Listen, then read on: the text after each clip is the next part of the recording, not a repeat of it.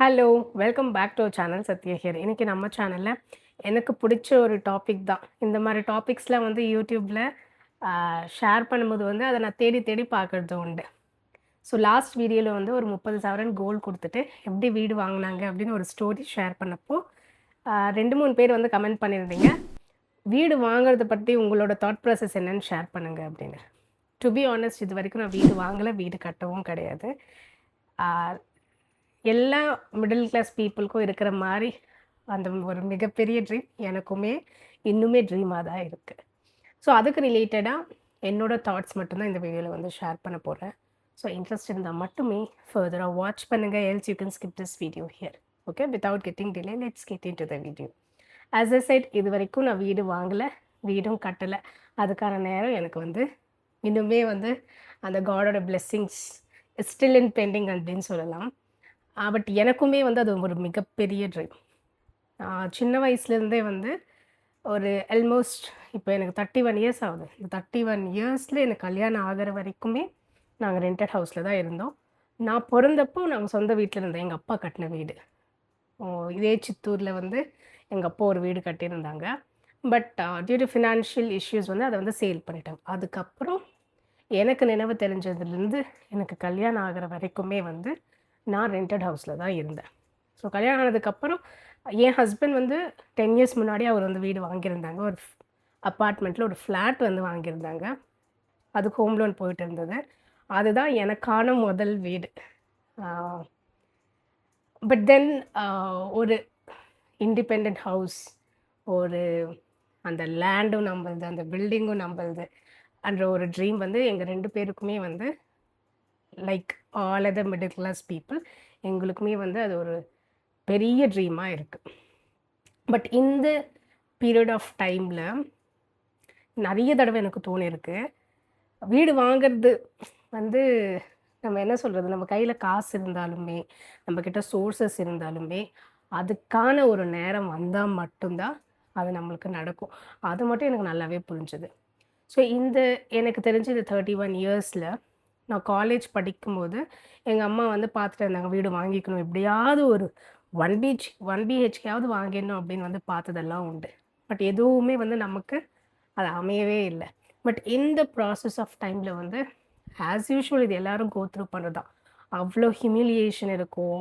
Point பண்ணி சொல்லுவாங்க, ஒரு வீடு கூட இல்லை, ஒரு ரெண்டட் ஹவுஸில் இருக்கிறாங்க, தங்கத்துக்கு வீடு கூட இல்லை அப்படின்னு எல்லாருக்கும் இருக்கிற மாதிரி தான் நம்மளை சுற்றி இருப்பாங்க இல்லையா.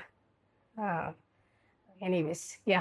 ஸோ அந்த மாதிரி இருக்கவங்க பேசிட்டு தான் இருப்பாங்க. பட் இந்த மாதிரி பேசும்போதெல்லாம் வந்து எனக்குமே நான் கரியர் ஸ்டார்ட் பண்ணப்போ இவங்கெல்லாம் இப்படி பேசுகிறாங்களே நம்ம வாங்கிடணும் அப்படின்னு நினச்ச டேஸ்லாம் இருக்குது. உண்மையிலுமே ஹானஸ்ட்டாக சொல்லணும்னா என்னால் வந்து ஒரு 1000 ஸ்கொயர் ஃபீட்டில், ஒரு 800 to 1000 ஸ்கொயர் ஃபீட்டில் இது வரைக்கும் என்னோடய கரியர் ஸ்டார்ட் பண்ணதுலேருந்து இது வரைக்கும் ஒரு ஹோம் லோன் போட்டு ஒரு சின்ன வீடு வந்து வாங்கியிருக்கலாம். பட் யாரோ ஏதோ சொல்லிட்டாங்க, இவங்க அதை சொல்லிட்டாங்க, இவங்க இதை சொல்லிட்டாங்கன்னு சொல்லி ஒரு வீடு வாங்கக்கூடாதுன்றது மட்டும் என் மைண்டில் வந்து எப்பயுமே இருந்தது. நிறைய பேர் ஹியூமிலேட் பண்ணியிருக்கிறாங்க. ஏன் முன்னாடியே எங்கள் அம்மாவையே வந்து அவங்க கூட பிறந்தவங்களே வந்து ஹியூமிலேட்லாம் பண்ணியிருக்கிறாங்க. அதெல்லாம் கேட்டுட்டு அவ்வளோ கோவம் வந்தாலும் வந்து பட் அதுக்கான டைம் வரட்டும். ஏன்னா நம்ம முயற்சி பண்ணாலும் அதுக்கான டைம் வந்தால் தான் அது நடக்குன்ற ஒரு அண்டர்ஸ்டாண்டிங் மட்டும் எனக்கு ரொம்ப ஸ்ட்ராங்காக வந்து ஃபீல் ஆகும். இவங்க அதை சொல்லிட்டாங்க, இவங்க இது சொல்லிட்டாங்க அப்படின்னு சொல்லி நம்ம போய் லோனில் மாட்டிட்டு ஒரு வீடு வாங்கி நம்ம என்ன ப்ரூவ் பண்ண போகிறோம்? இன்றைக்கி பேசுகிறவங்க இன்றைக்கி பேசுவாங்க, இன்றைக்கி நம்ம நல்லா இல்லைனாலும் பேசுவாங்க, நாளைக்கு நம்ம நல்லா இருந்தாலும் அப்பவும் வேறு ஏதோ ஒன்று பேசுவாங்க. பேசிக்லி அவங்களுக்கு நம்மள பிடிக்காது, அதனால் வந்து ஏதோ ஒன்று பேசணுன்றனால பேசுவாங்க. ஸோ இன்றைக்கி அவங்க பேசிட்டாங்கன்றனால வந்து நம்ம போய் ஒரு கடனில் மாட்டி, ஒரு கடனில் போயிட்டு ஒரு பெரிய கமிட்மெண்ட் எடுத்துக்கிட்டு அந்த வீடுன்ற ஒரு மிகப்பெரிய கமிட்மெண்ட், அது ஒரு 10-15 இயர்ஸ் லோன் போட்டு அதுவே மினிமம் 10-15 இயர்ஸ் இல்லையா.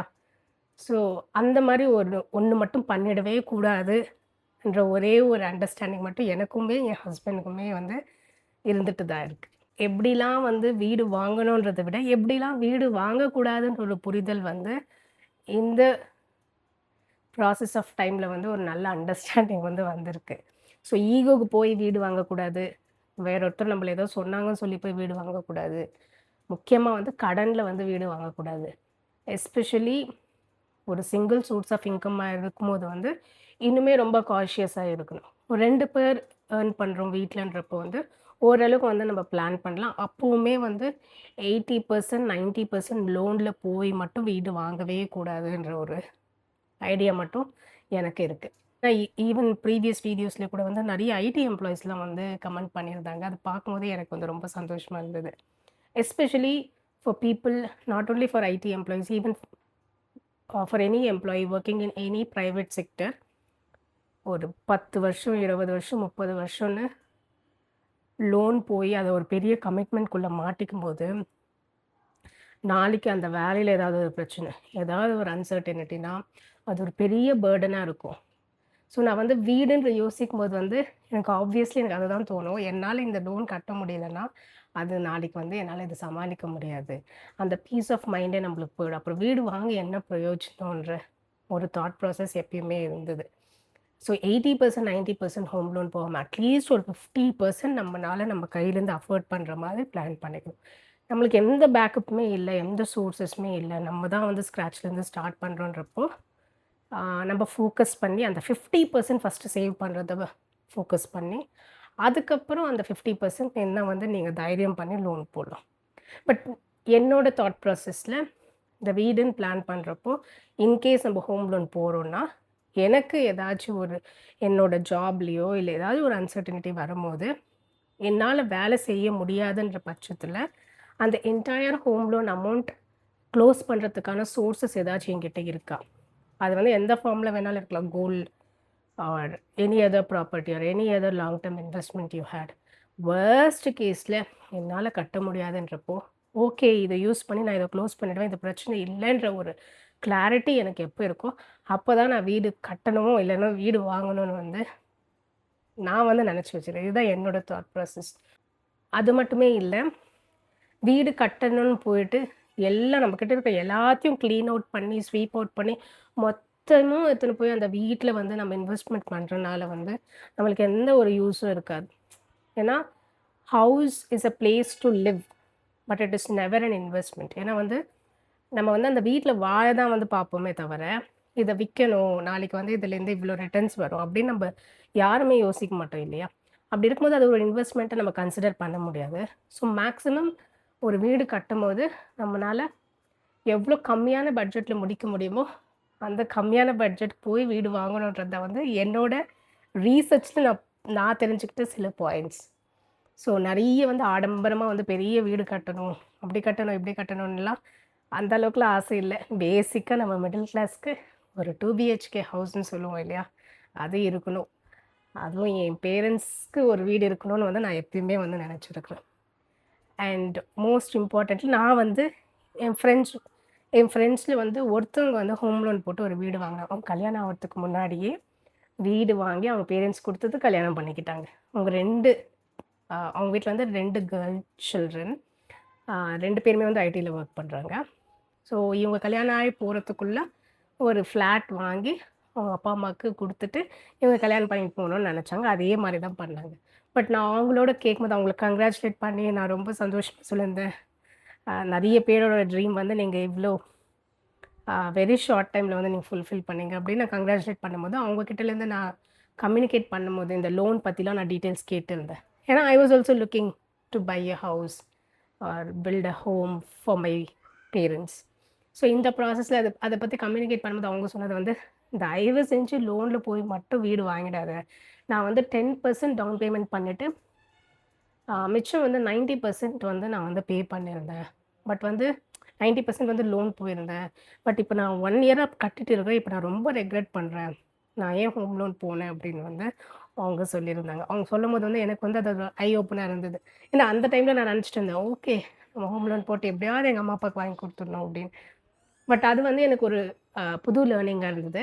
ஸோ அவசரப்பட்டு போய் கால் வைக்கக்கூடாதுன்ற ஒரு அண்டர்ஸ்டாண்டிங் வந்தது. ஈவன் என் ஹஸ்பண்டுமே வந்து ஒரு 10 இயர்ஸ் லோன் வந்து போட்டிருந்தாங்க ஹோம் லோன். அவருமே வந்து எப்பயுமே சொல்லுவாரு, "அப்பா இது ஒரு பெரிய பர்டன் இது. ஏன் தான் போட்டணும்? ஏன் தான் போட்டணும்?" ஸோ ஹோம் லோன் வந்து போடும்போது வந்து நம்ம ஈஸியா போட்டுடுவோம். பட் திங்க் அபவுட் இட் நம்ம ஒவ்வொரு மாசமும் வந்து அது நம்மள அக்கவுண்ட்ல வந்து அந்த அமௌண்ட் இருக்கணும். இன்கேஸ் நம்மளால் ஒர்க் பண்ண முடியலன்னா அது எவ்வளோ பெரிய பேர்டனாக இருக்கும். நிம்மதியாக வந்து நம்ம வீட்டில் அந்த சந்தோஷமாக வாங்கின வீட்டில் நம்மளால் நிம்மதியாக வந்து இருக்க முடியாது இல்லையா? ஸோ கடன் பட்டு வீடு வாங்கக்கூடாது. பட் நீங்கள் வாங்கணும்னு நினைக்கும்போது வந்து அட்லீஸ்ட் 50% நம்ம ரெடி பண்ணி தான் நம்ம வந்து அந்த ப்ராசஸ்க்கே போகணுன்ற ஒரு அண்டர்ஸ்டாண்டிங் வந்து ரீசெண்ட் டைம்ஸில் எனக்கும் வந்தது. இதுதான் வந்து நான் இன்றைக்கி உங்ககிட்ட ஷேர் பண்ணணும்னு நினச்சிருந்தேன். நீங்கள் ஏற்கனவே ஹோம் லோன் போட்டு வீடு வாங்கியிருந்தா உங்களுக்கு இதை பற்றி உங்களுக்கு ஏதாவது ஒரு ஒப்பீனியன் இருக்குல்ல, அதை வந்து ஷேர் பண்ணுங்கள். வீடு வாங்கணும்னு நினைக்கிறவங்க நீங்கள் என்னெல்லாம் பிளான் பண்ணி வச்சுருக்கீங்கன்னு உங்களோட பிளானிங்கும் உங்களுக்கு இன்ட்ரெஸ்ட் இருந்தால் வந்து ஷேர் பண்ணுங்கள். Thank you. Meet you in the next video. Bye.